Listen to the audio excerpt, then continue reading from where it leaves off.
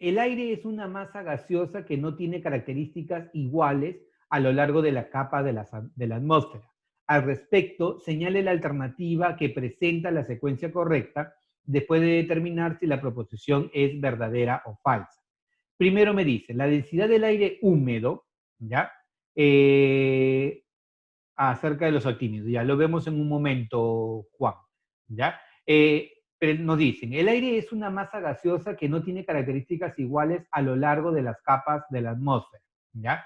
Al respecto, señale la alternativa que presenta la secuencia correcta después de determinar si la proposición es verdadera o falsa, ¿ya? Aquí hay algo muy importante, chicos, que me gustaría que ustedes tengan en cuenta, ¿ya? Ustedes, si están aquí y van a postular a la Universidad de Ingeniería, es porque han decidido ser ingenieros, ¿ya? Y si han decidido ser ingenieros, entonces van a tener que tomar decisiones. No te digo que en ese caso vas a tener que tomar una decisión crucial, pero acá en el examen de admisión te la vas a tener que jugar y vas a tener que manejar toda tu teoría.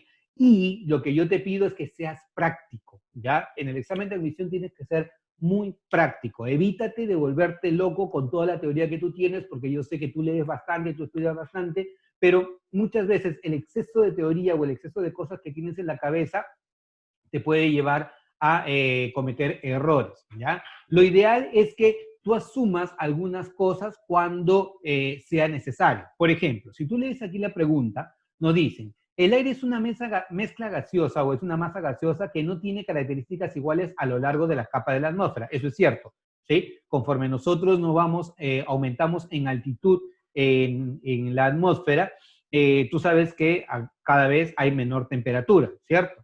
Y obviamente el aire es más enrarecido, te cuesta más trabajo, por ejemplo, mantener una respiración adecuada cuando tú te encuentras en la sierra con respecto a la costa.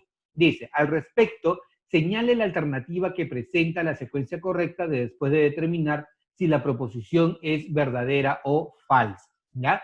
Me dice, la densidad del aire húmedo es menor que la densidad del aire seco a las mismas condiciones de presión y temperatura. O sea, lo que yo tengo que hacer es comparar, ¿ya? Lo que yo tengo que hacer es comparar, ¿ya? La densidad del aire húmedo frente a la densidad del aire seco a las mismas condiciones de presión y temperatura.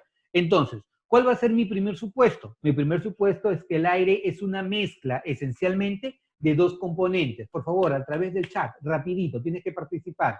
¿Cuáles son los dos componentes principales que tiene el aire? Ayúdame. ¿Cuáles son los dos componentes principales que tiene el aire?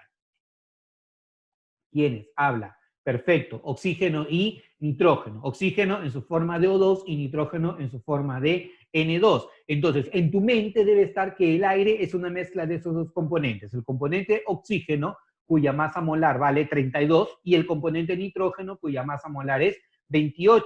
¿Ya? Entonces, si hablamos de aire seco, ¿ya? El aire seco debe tener únicamente oxígeno y nitrógeno. Oxígeno 32, nitrógeno 28. Y como es una mezcla, el peso molecular de la mezcla o la masa molar de la mezcla tiene que ser un número que se encuentre entre 28 y 32. Pero si nosotros tenemos aire húmedo, agregamos un tercer componente principal. ¿El tercer componente cuál sería? El vapor de agua. Y si hablamos de vapor de agua, el vapor de agua, ¿cuál es su masa molar? A través del chat, por favor, por el chat, ¿cuál es la masa molar del vapor de agua? 18, excelente. La masa molar del vapor del agua es 18, o sea, significa que ahora voy a tener tres componentes. Uno con masa 32, uno con masa 28 y otro con masa 18. Y como es una mezcla, significa que el peso molecular de la mezcla ya no va a estar entre 28 y 32, sino va a estar entre 18 y 32. O sea, el aire seco tiene un peso molecular promedio que está entre 28 y 32, y el aire húmedo tiene un peso molecular que está entre 18 y 32. O sea, definitivamente debería esperar que el aire húmedo tenga una menor masa molar que el aire seco. Y sobre eso es que tú vas a trabajar esto de acá. No tienes que hacer ningún cálculo matemático, ¿no? Sino simplemente darte cuenta de ello, ¿ya? Si nosotros tenemos acá, ¿ya? El aire seco, su peso molecular va a estar entre 28 y 32. Y el aire húmedo, su peso molecular va a estar entre 18 y 32. Y sabiendo que esta es la relación que se cumple, la presión por el peso molecular es temperatura por R por la densidad, y me están diciendo que considere que la presión y la temperatura son constantes, y además R es la constante de los gases ideales, ¿a qué conclusión llegas? Que la densidad es función directa del peso molecular. O sea, a mayor masa molar, mayor densidad. A menor masa molar, menor densidad. Por lo tanto, te dicen acá, la densidad del aire húmedo es menor que la densidad del aire seco. ¿Qué tú marcarías acá? ¿Verdadero o falso? ¿Qué marcas? ¿Verdadero o falso? La densidad del aire húmedo es menor que la densidad del aire seco. Obvio, vas a marcar que esto es verdadero, porque el peso molecular del aire húmedo es menor en promedio que la del aire seco. ¿Ya? Ahora, nos dicen aquí lo siguiente. A mayor altura respecto a nivel del mar, menor es la densidad del aire. Chicos, si nosotros incrementamos la altura, ¿ya? Vayamos a mayor altura a nivel del mar, ¿qué es lo que nos vamos a encontrar? Que a mayor altura es menor la presión. Y si es menor la presión, ¿ya? La presión con respecto a la densidad, ¿cómo varía? Varían en relación directa. O sea, significa que si es menor la presión, debería esperar que también sea menor la densidad, suponiendo que en este caso la temperatura sea constante. Por lo tanto, a mayor altura, menor debería ser la presión y menor también debería ser la densidad. Entonces, a mayor altura respecto al nivel del mar, menor es la densidad del aire. Esto también sería verdadero. ¿Ya?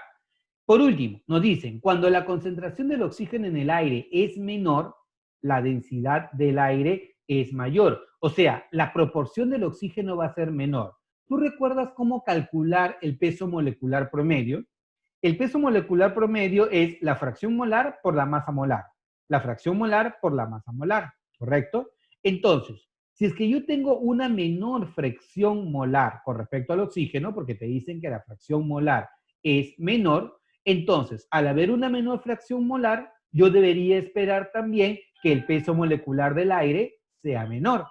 Y si el peso molecular del aire es menor, la densidad también debería ser menor. ¿Por qué? Porque la masa molar y la densidad están directamente relacionadas. Entonces acá me dicen, cuando la concentración del oxígeno en el aire es menor, la densidad del aire es mayor. ¿Verdadero o falso? Marcarías acá que esto es falso. Entonces, ¿cuál sería tu alternativa de respuesta? Verdadero, verdadero, falso. Alternativa sería entonces la letra B.